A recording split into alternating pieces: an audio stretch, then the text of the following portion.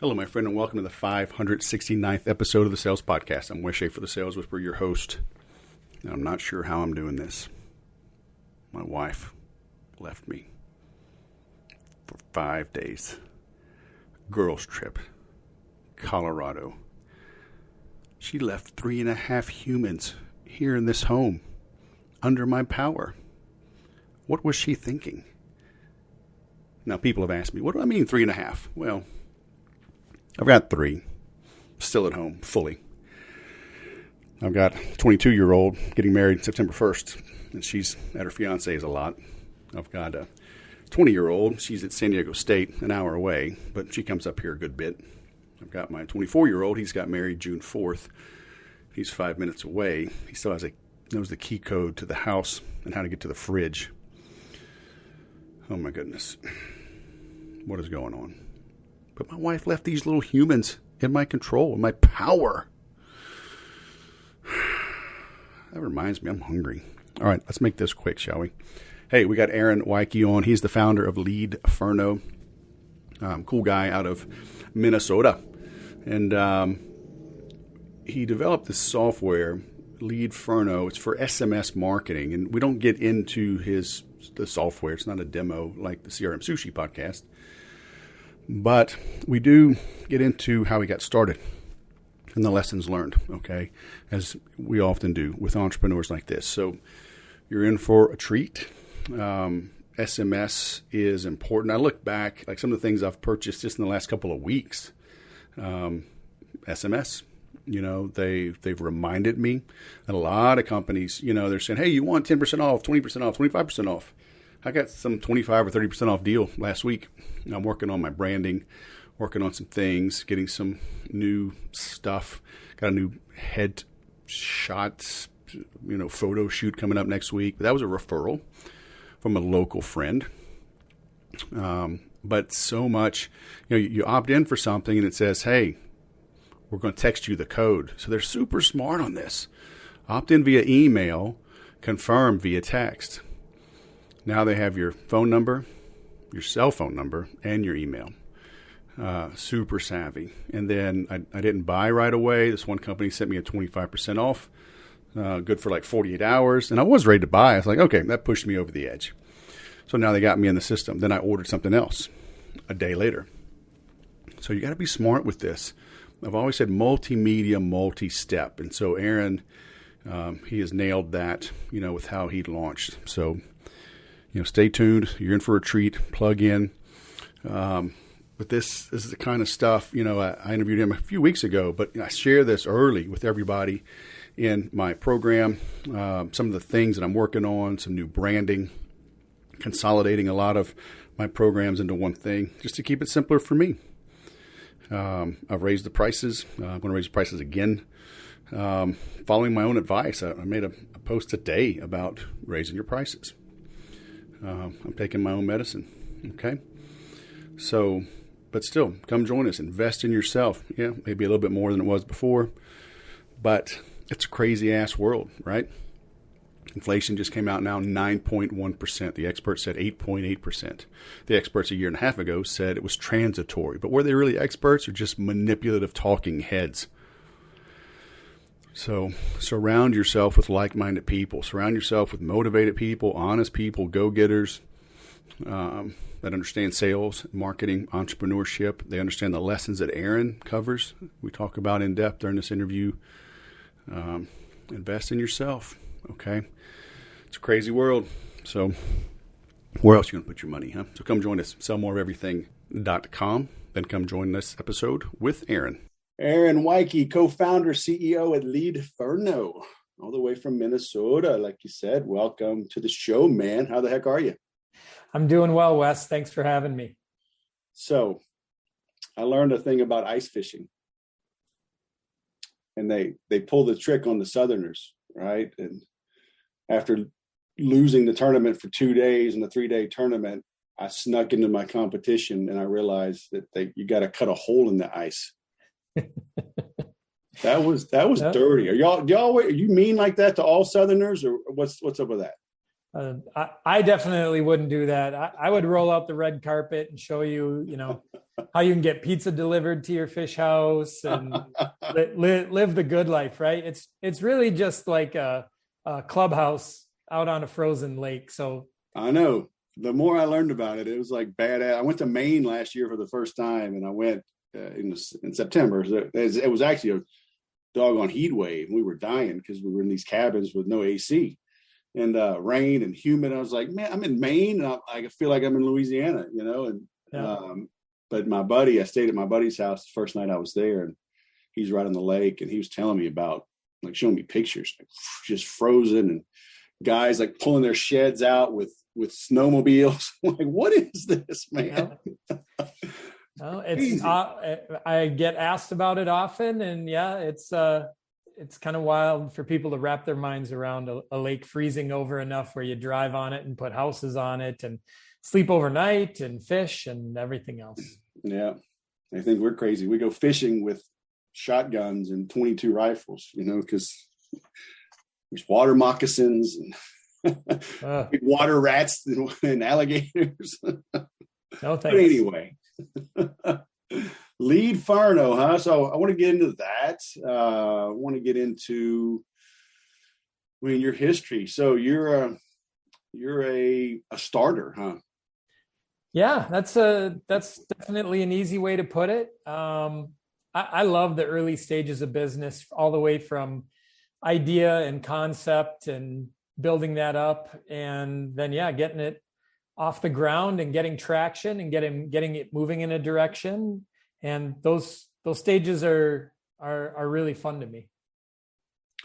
So your first, was it your first? I mean, I'm looking through here, Gather Up. Was that the first one you started? No, I mean, man, my very first business I started, I don't even think I put on LinkedIn because it was mid to late 90s. It was a sports tour business. Oh. So packaging like NFL tickets and transportation to the game and a tailgate and that kind of stuff. And that quickly led me into self-teaching myself how to build a website to promote it. And that was the start of now what's been, 20 plus years in the digital world. And a lot of that was agencies and building websites and doing search marketing and all those kind of things for other businesses. And then roughly about 8-9 years ago, that's when I got into the software world and started building software as a service products. Yeah. So were you doing the old Adobe Dreamweaver HTML? I think the first product I used was Microsoft Front Page. Woo. So yeah, really old school, but it totally got the job done. It was like most Microsoft products. Once you learn to like hack your way around how it's really supposed to work, then you can actually turn it into a real tool. Nice. Do you think, is that just an innate desire, or do we just have it or we don't, or can it be nurtured in somebody? Like if somebody's listening to this, maybe they're a salesperson or got a smaller business and maybe it hasn't taken off, are they missing something, or should they just bloom where you're planted, be happy with what you're doing and just be the best at that rather than, try to go invent and launch this next great thing? Yeah. So I'm going to cop out a little bit and give the "it depends" answer. I think I've been lucky to really understand, right? There's like all these little skills that you need inside of things to progress something from idea to something concrete to something you actually move forward that then gains momentum. And sometimes as people, we're just missing those and we don't know how to fill in the gaps for it or find partners that fill in the gap. We might not even be self-aware we have that gap. All those different elements. And so I definitely see all of those angles. I've been lucky enough to, in some ways be burned in some of the processes and like, oh, I failed there because of this, realize it, and then figure out how to shore it up the next time, either myself or a better process or a better person to come in and do that part. But then I've known plenty of other, friends and peers in the industry that like, they get into it and they have one aspect and they have one element, but they don't have the other pieces, and they never arrive at how to assemble those pieces. So I think it's a really interesting journey, I think, for most to like help figure that out. For myself, a lot of it just lies within, like, I've just always loved being creative, and digital gave me something to put that creativity against, to like create and build things where maybe in another life I'd be a woodworker or in construction or something like that. I think I was drawn to, you can build and fail fast and completely start all over from scratch without wasting thousands of dollars in wood and materials and everything else. With digital, you just wasted your time in a majority of it. So that I guess opened up a lot of quick iterative processes to fail and succeed and figure things out. Yeah, cool. So I have a personal question. Yeah. This is why I do this, man. I just want free counseling. Okay. Because I can't afford a therapist. I got too many problems. They're too deep seated. Okay. But I digress. Does it really take that long to code? Right? I'm literally having this discussion with a vendor of a client that has this decent software. It's very niche for quoting the manufacturing product. And I'm like, hey, dude, we need this to talk to HubSpot. Can it connect to Zapier? And I'm like, can you send me an email when a quote is uploaded and requested? The guy's like, well, we'll talk about it in our Monday meeting and we'll create a roadmap and see where it ranks. Because he's like, we get a lot of quotes. It could cost us a lot of money sending you an email. Would it be that hard to configure something to send an email when a request comes in? I'm not a coder. Okay. I'm a sales guy. I'm like, I need it yesterday. Yep. Well, is it that hard? Like anything, creating something takes time, especially it always depends what someone's familiarity is, right? Like the first time you do it, you're learning on the fly, trying to figure things out. And there's dependencies based on what it is and how it's used and how something is stored and where it's pulled from. There's definitely elements to it. With certain things, then you find out if somebody has built it 2 times, 3 times, 10 times, then there's a rate of speed multiplier. And there definitely is a wide range. Like when I don't code anymore. And when I did, I was below average at coding. And that's what led me more into the marketing, sales, leadership side of things. Cause I was like, okay, if this is how you're going to make this stuff go, you're not going to get very far. That was, and look, you and I are too pretty to be coding. Okay. We have to carry that cross, man. Somebody's got to do it. Yeah, totally. So, you'd hope not, right? That's always the perception is, and it's hard from a consumer aspect because we use these products every day that are so robust, right? Like Gmail can do a million things and Facebook and HubSpot and Slack. It's like we use these tools all day long that have teams of hundreds, and it's easy to put it out there.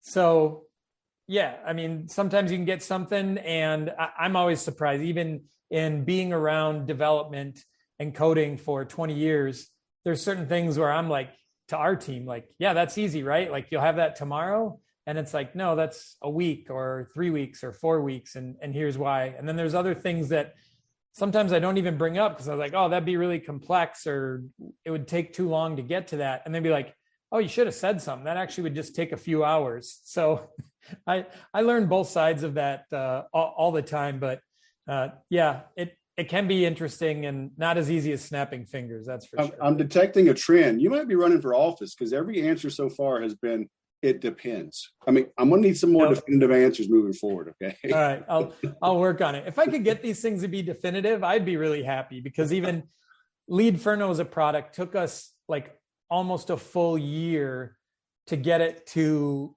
a solid V1. We launched something worth using within about 6-7 months, and we were iterating off that. But I didn't have a solid amount of confidence in what the offering was until at least a full 12 to 13 months in. Mm-hmm. So Leadferno, it's focusing on text messaging. Is it doing anything else, or that's the niche for now? Yeah, so text messaging is definitely the flagship, but messaging overall is kind of our what we're about. And even one level about that, our biggest focus is conversion, is really helping businesses take their website visitors and turn them into conversations. That's our number one job. And the reason why we focus so much on text messaging is because texting with someone is probably the lowest barrier of communication for easy entry that there is. So what we saw happening and what we wanted to make happen was visitors are on a website, they have interest, they're reading content, looking at images, watching a video, and they're building trust and figuring out, is this business, product, service, whatever it is, a good fit for me? And a lot of times we just have a couple of questions that are like clearing the last hurdle before we're ready to commit or take a next step. So we just looked at how can we make asking that next question as easy as possible. And part of the product that's consumer facing is it puts these little buttons right in the bottom of the website that you can control what they say, but it's things like have a question, text us, book a meeting, text us. It's just letting the consumer know, like, working with us is easy as texting with us. And that just takes our level way down from, oh, if I make a phone call, do I get a phone tree? Do I have to press these numbers? Do I leave a voicemail and then I got to wait for their call back and be in position to take that call? If I fill out this contact form with 10 fields, do they even reply to them? When am I going to hear back from them? And we just see consumers have so much more value in text. And then the messaging part, we see all these big platforms. Facebook has Messenger. Google now in their search results has Google Business Messages where you can chat a business right from their business profile. So we've integrated all of those into one app so that the business can handle messaging from one app with a bunch of efficiency and time-saving features layered over the top of it so they can communicate faster to close more leads. All about the conversation, huh? Totally is. It's all about communication, right? And I'm sure, right? I've listened to some of your episodes, and in the sales process, I didn't get through all of them. You have quite a catalog. I need to see a little more commitment here, but okay, continue. I keep failing you. I'm so sorry, Wes.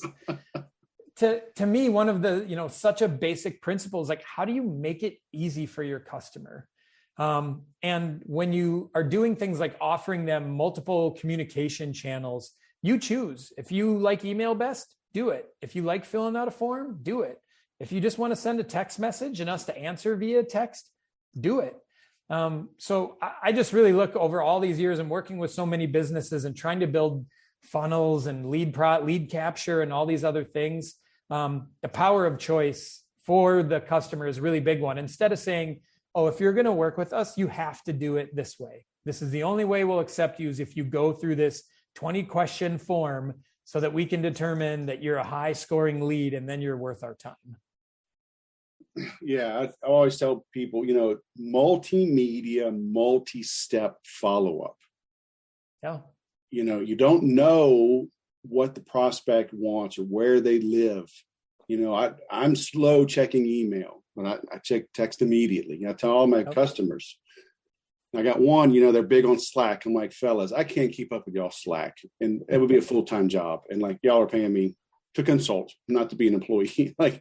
Call me, text me if you have tell me, go look at thread 416 because I can't keep up with y'all. Yeah. Even though it's open, right? But I try to minimize everything that's turned on. And so, yeah, we have to meet the prospects where they are. I prefer text. I don't give a crap what you prefer. You want to sell to my dad, you probably got to get on the phone. Yep, absolutely. And so offering those choices is big. And Wes, you pointed out a really great point that we touch on a lot, like the comparison of speed and reply time. Text is roughly 90 or 60 times faster than email, right? An email exchange averages 90 minutes in a reply, where a text reply is like 90 seconds. And when I point this out to businesses, I tell them it's not to put pressure on you, the business, to respond faster. Like, the faster you respond, the better off you're going to be. That's great. But when you're getting your customer or your prospect to engage with you 90 times faster and answering questions and getting back to you, like that's a massive win, even if you're still taking an hour and a half to reply, but they're replying right when they get that message. That's a huge win in the early parts of your sales funnel to capture them as a customer. So let me ask you something because I agree. Being timely, I mean, it's important, but it's like, if it's a huge purchase, I always say time kills deals, but it works on both sides of the coin. If I'm slow to respond to that initial inquiry, I'm going to lose my at bat. Take real estate, for instance. You got a lead, somebody's looking at an open house or whatever, Yep. And I've worked with a lot of realtors, and, whoever's Johnny on the spot, usually more times than not, they're going to win that opportunity, to land that client. But then I tell people, the bigger the deal is, once communication is established and there's a mutual dialogue there, I tell people all the time to slow play a bigger deal. Like don't rush into it. A, you might appear desperate. B, you might miss something. So like allow this thing to kind of put it in a crock pot, if you will. If the guy's standing there, he's got take my money, take the money. But usually it's like I see on your website, there's a Mastercraft, there's a boat. Like being quick. Am I making sense? Yeah. Quick, because I want to let them know, hey, I'm responsive. Thank you for finding us. Hey, man, we're here to help you. But then I don't want to appear too desperate and hungry. I'll give you 20% off because it's the 4th of July. Please buy my boat. I'm like, right. Yeah. And I think the nuance there is to really focus on a couple of aspects. Are you saying it depends? Nope. Okay. I'm saying what I think you want to pay attention to there is setting proper expectations, right? So you can take the conversation at a pace and figure out what's acceptable to that customer, but you want to do it by setting expectations and find out if they're okay with those expectations, right? And there's a lot of small things you can do in between there that really help do that too. So like one thing our system does is if, say someone's on your website, real estate's a great example. We work with a number of realtors and brokerages. They're looking at houses at midnight and they see something they like and they see the text us button on the website and they fill something out. Now, hopefully that realtor's not up at that time or looking to respond to those leads. But our system, you can set your on hours and your off hours. And so we send an auto reply to any brand new lead. And the auto reply is different based on, is it during your hours or is it after hours? So the after hours might say like, hey, thanks for reaching out. We're excited to help you. We'll be returning your text starting at 8 a.m. tomorrow. It'll automatically pull the hours from what's there. So now you've at least established immediate connection with that customer. So they're not wondering, did they get this message? Did it get buried? Did it not even, find them? Did they not even see it? They instantly know it was received, and you're immediately setting the expectation on when they can expect to start hearing back from you. So I think it's small things like that really improve and lead to solid communication within that process. So then you build trust, and then you're in position to control the conversation more because that person, that prospect trusts that you are worthy of returning the communication with them. And I think that's a big piece to it. Yeah. So your system, I need to have y'all on the CRM Sushi podcast. So you can demo it. Awesome. But is it a phone number or is it a short code that they're communicating with? Yeah. So it's a phone number, okay. And there's two different options with it. So, at the high level, the beauty for the consumer, once they fill out that first message from the website, everything else for them is taking place in their text messaging app, if that's where you're going to communicate with them. So they don't have to download anything. They don't have to learn anything new. It's already the app they're likely using the most on their phone. For you, you're working out of our app. And when you first create your account, we automatically assign you an 800 number. But we do give you the option, if you have an existing landline for your business that you've used, we can do hosted messaging. So those text messages are coming from that same number that that you have. We see this really popular with like home services and things like that, where they have a service vehicle, because now they can market call or text us at this number right on their vehicle as they're out at job sites and going around town. So those are the two options that are there that work for everyone. And it's coming from that number. Short codes, there's been a lot of changes within the text, SMS, mobile marketing arena. And what they used to allow is short codes to be shared. So you could have one short code, 500 businesses could share it, and they'd utilize it by, we just have our keyword. And that's what triggers our message. The difficult part with that is short codes are really expensive. They're, tens of thousands of dollars annually to have. So the minute you couldn't split that cost around 200 people, there isn't a small business that could afford to do that. So that fell out of favor. And we continue to see communications tightening down because, as with anything, spam and misuse and things like that. So that was one of those moves. So yeah, it comes from a number that you are either owning through us or that you already own to establish that communication.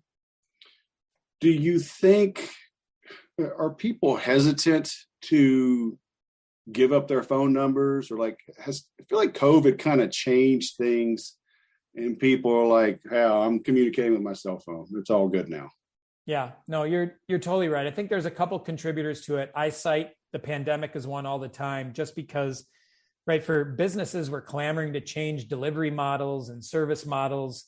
The places you ate at, you needed to do curbside pickup, and they wanted you to text them when you got there so they knew to run it out to you. So we definitely saw this big adoption, and we saw that, barrier, that thin line that we had between personal communication and business communication kind of whittle away. And then the other thing is we have these other industries that embraced SMS early on. So for many years, we've been getting doctors or dentist appointment reminders over text messaging. Yep. And so all those just kind of make dents in the barrier that was there.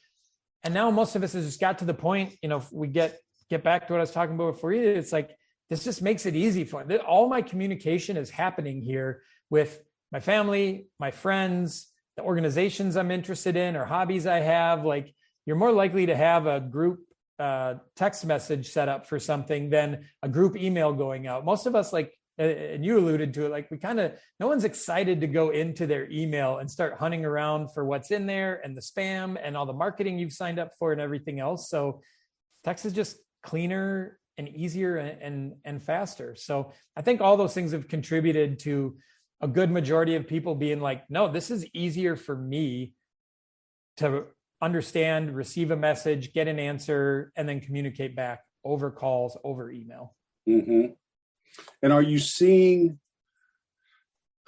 once people open the dialogue on text, are they more open? I guess not everything can be explained over text, but does it kind of get them over the hump? They're like, okay, well, let's hop on a call, or here, I'll give you my email. You can send me the PDF or more details that way. Yeah, that's an awesome question, and something I touch on when we're in the sales and demo process with people is, don't think because you start using our product that your whole life converts to text messaging.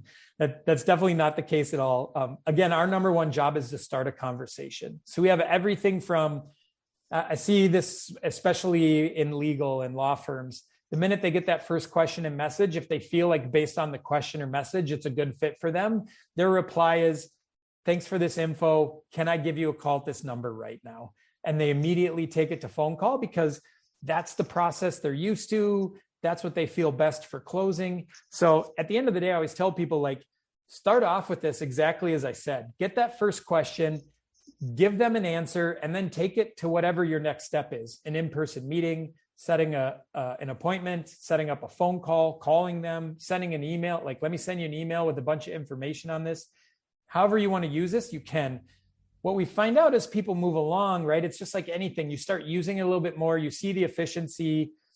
Businesses that are busy are like, wow, I can reply to 10 text messages in the same amount of time I'm on just one phone call. So I want that 10x factor in efficiency in my day, plus these other things that I can do with it.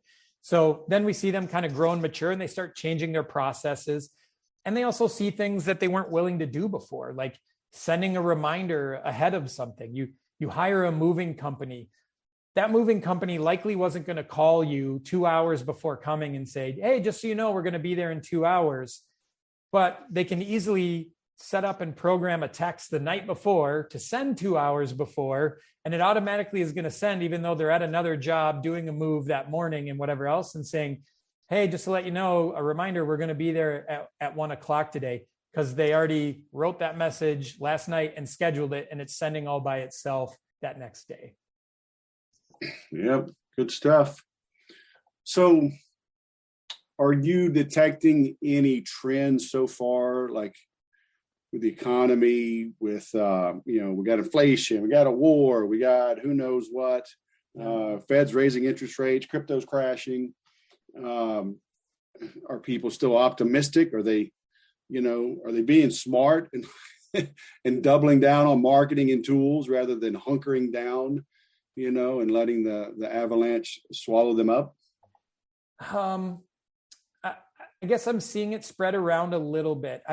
What I'm really finding curious through all this, Wes, is we kind of had we had this catastrophe or challenging situation already happen with the pandemic, right? So I think people are a little bit like, hey, to some extent, we already got turned on our ear once. And depending upon the business type, if you're a restaurant, you might have had 3 to 6 months where you were just shut down and couldn't do anything. And you have other businesses that, like, what you were doing, the service model changed, the delivery model, things like that. And you had a couple weeks of downtime, and then you just started coming back and adjusting from it. So I feel like people are feeling pretty resilient about what's going on with those things. And I think I'm writing a blog post for our blog right now that is exactly focused on this. Like, here's what the pandemic taught us, that if we are trying to recession-proof our business, where should we focus? And to me, like, the number one thing is like being connected to your customer. And we saw that in the pandemic, when people can't walk through your door, normal business models are disruptive. We saw people flooding to email marketing and flooding to established texting and messaging and doing more updates on their Facebook page, because they're like, if we can't see these people, if we can't interact the same ways, we need to be communicating. We're open, or here's how we're dealing with health and safety concerns. Here's our new offering and our new processes. And so we saw people dive into that and get really great at communicating and trying to be much more personal with their customers. And right as you come out of those things, right, we fall back into the old habits and we pull off being hypersensitive and hyperactive to those things. And I think we're really going to see businesses re-engage with that. And obviously, like, I look at that, and that's why I just think it's a great opportunity for texting, because it allows very personal one-to-one communication to keep your best customers informed. Even just check on them, find out how they're doing, let them know if things are changing for you, if there's anything you can do to help them, all those types of scenarios.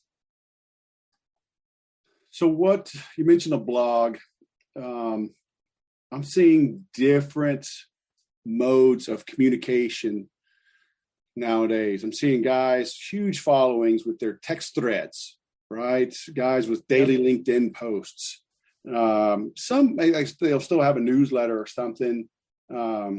But it's like, I find myself engaging more on those than reading a newsletter, or even reading too many long blog posts. Are you have any insight or words of wisdom on? I know it depends, but like, where should we focus our outbound, or that's not really outbound. I mean, that's organic, right? Our content creation. Yeah. So I guess I've always subscribed to, and I've blogged at every company I've started and been at for, I don't know, however long blogs go back now. I always tell the joke at one pre-Twitter in life, like, real-time comments were refreshing your blog to see who commented and do you need to reply and who replied to them and things like that, right? It was a very static Twitter back in the 2000 aughts. But I look at it like this: content creation is really hard, especially for small businesses. And so there's a number of opportunities. What I prefer to do is I like to write a little bit longer form. I'm a big believer in like research. So like if you go to the Leadferno blog, you've seen we've done 4 different surveys on how do consumers view texting, how they prefer to communicate, how do they view reply times in real-time communications, live chat versus text. Because I think these are great, like evergreen pieces of content that like other articles might link to, other blogs writing about might link to, presenters might cite, right? We're always looking for what are stats that back up the opinion I have or how I'm trying to direct this. I've already cited a couple to you that are from other surveys and resources that are out there. And so what I like to do is create that cornerstone of content.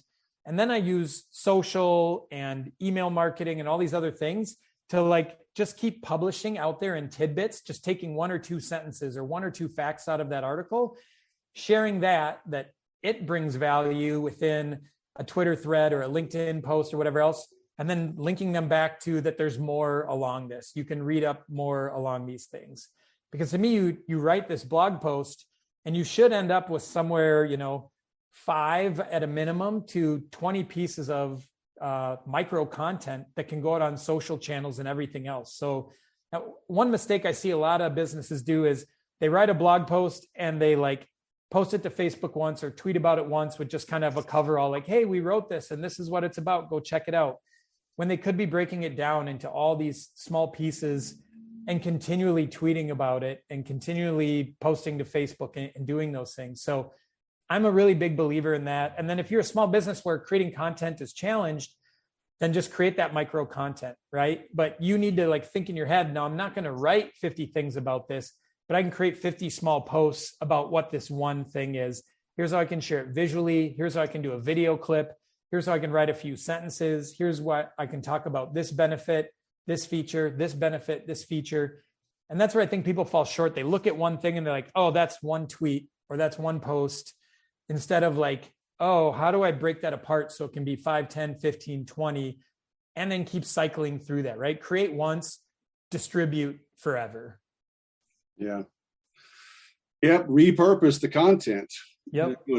And I've kind of learned over the years, like if I make a short little thread that gets traction, then I pull that out and that lets me know where to focus, like for longer form content. It's like, hey, people are interested in that. I'm going to run with that rather than guess what the market wants. Yeah, no, that sounds like a really smart move. Yeah. So, and I write everything in my own like Pages document. Then I paste it. I've lost too many things. Facebook refreshes or whatever, lose power or Wi-Fi goes down or whatever. Plus, like now I've got content for books, ebooks. I'm talking with a publisher right now on another book from just daily posts, collection of them. But they're all done. I run them through Grammarly. So, an editor, I'm sure they'll tweak some sentence structures or stuff. But I mean, it's spelled properly. According to Grammarly, it's punctuated properly. I mean, it's damn near ready to go. Yep. Just a little bit day by day.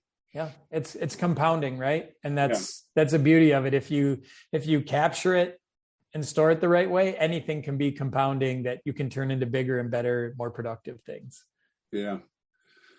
So this is cool, man. So it's leadferno.com.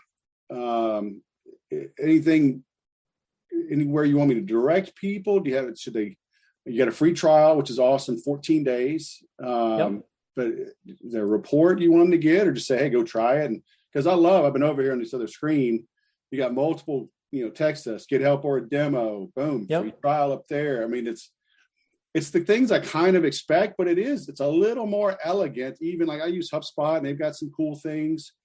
Yours seems to be like a tad bit like less intrusive. It just feels a little more natural. So, I'll take that. That's some of what we're going at. We want, when our buttons end up on the site, we want it to be the best looking part of the site. We want it to subtly draw the eye, and we want to make that communication easy. So no, I mean, go to leadferno.com. Our blog has a ton of, I'm an education-based seller. I would rather teach you all the value and you arrive most of the time at closing yourself because you learn, you understand.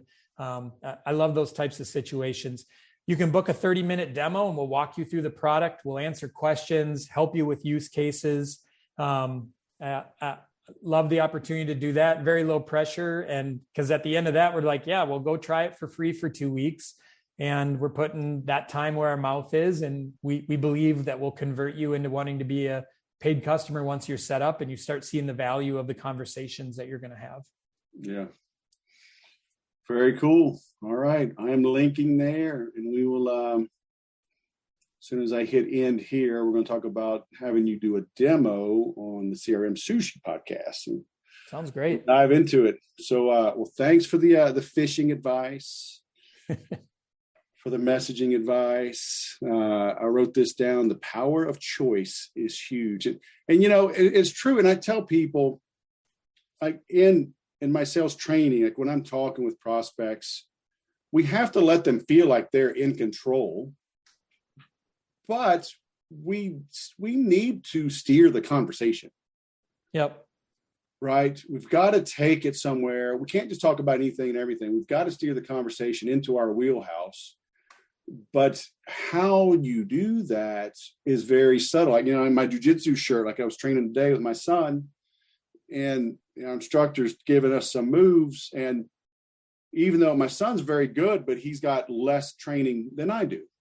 And there was a little subtlety on when to pop the wrist, when to grab the sleeve. He was too ambitious too early, whereas I'm a lot more laid back. You think I'm asleep almost.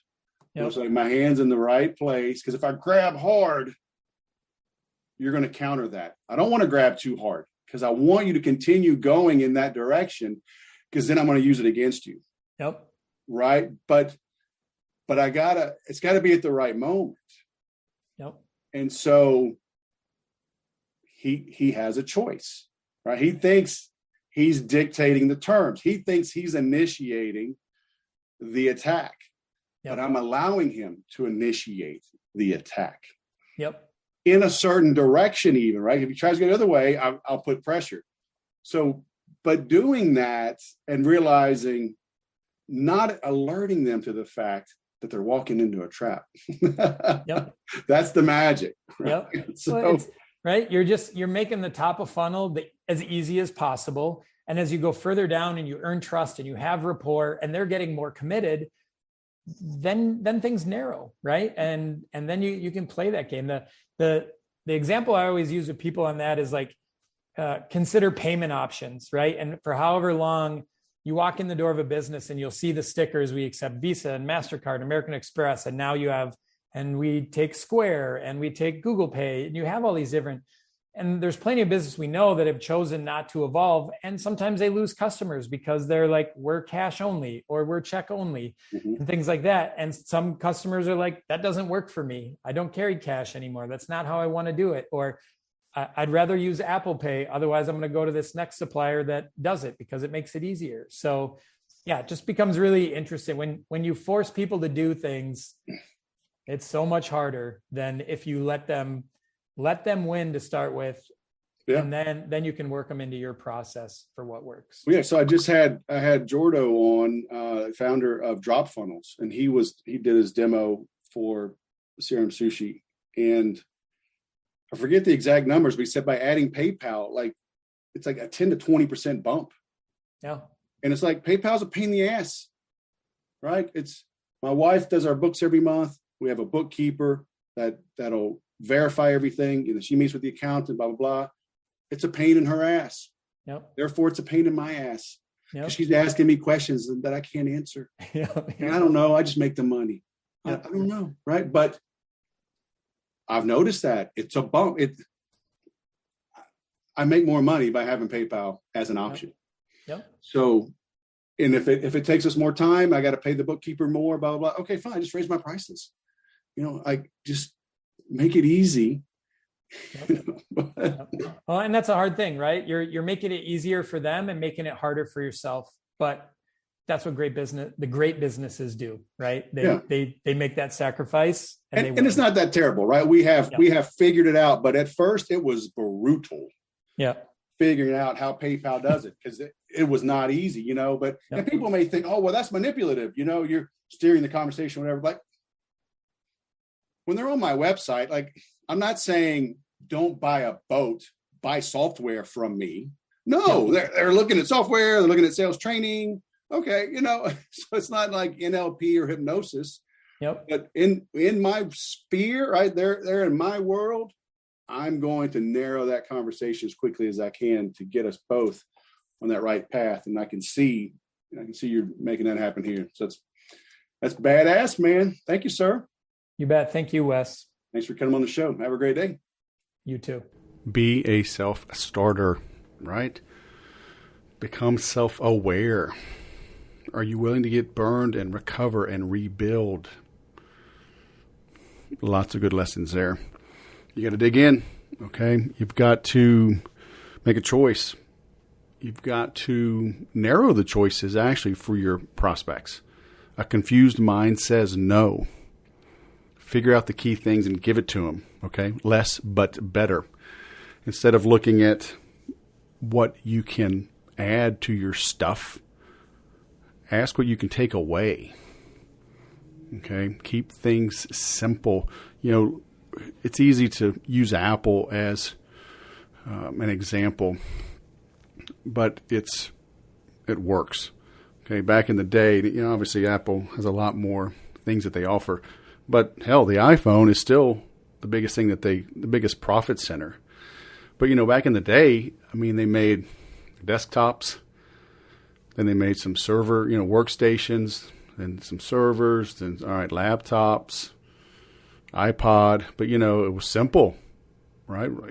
One choice in the color, right? Back then it was white. Then as they came out, you can get silver. Now, they're starting to give you more colors. 2007, the iPhone rolled out, so 15 years. Now they're starting to change things up.